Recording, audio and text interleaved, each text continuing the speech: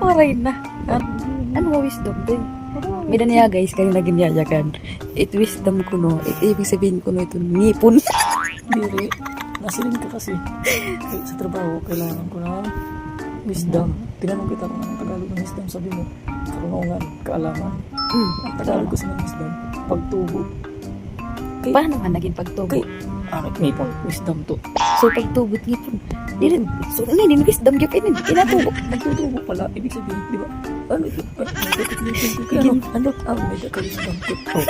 Serious kayo kung pagbubulang ka. May ka-growing tooth. Growing tooth kung ta. May wisdom tooth. Masamok mo lang yung English. Kaya nanglilipo ka nagtimutok talaga. Napakabaltok mo. Wisdom lang. Wisdom. Pag sinabi wisdom. Uy, pag-goodan eh. Pwede ka mag-google sa veritan. Google. Bubulang ka lang ito. Google. Ay, blanda yun. Kita daw. Ano yung kasi? Ang wisdom. May. Kita daw. May daw explanation. May. Explanation. Kita daw. Ang wisdom. Di ba pagtubo kung tayo ito? Anong ginawa mo? Kaalaman. Kaya ang kaalaman, ibig sabihin ng English ng Wrong kaalaman. spelling, wrong. Ang English ng kaalaman, knowledge. Uusapan lang ito, in English na.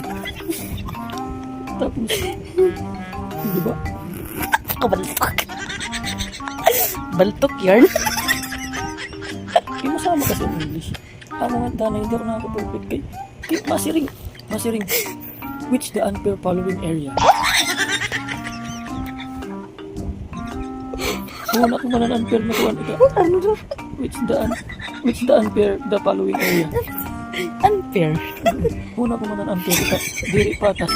Ang unfair ngayon, walang kaparis. Unfair. Unfair. Paris. Akot nabubulok ka. Unfair. Walang kaparis.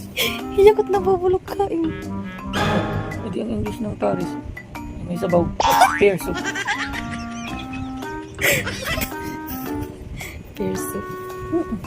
Tapos ang soup. Pag tinagalog, sabaw. Paris, ibig sabihin ng damo nga priest. Paris. Ang Paris kasi ay maraming maraming magbabarkada ba? Paris. Naludi nga na kadali. Naturog na ang naturas. Tawag tigit. Damo pat istorya. Inubuhan ako. Tagal. Ang English ang Tagalog ang summit. Kuan, tuk-tuk. Pero English ang tuk-tuk. Summit. Tuk-tuk pinakataas. Ano ba ito? Oo. Yan ang lapit na ba? Hindi ka kasi nag-kinder. Kanan kabulukan na yun.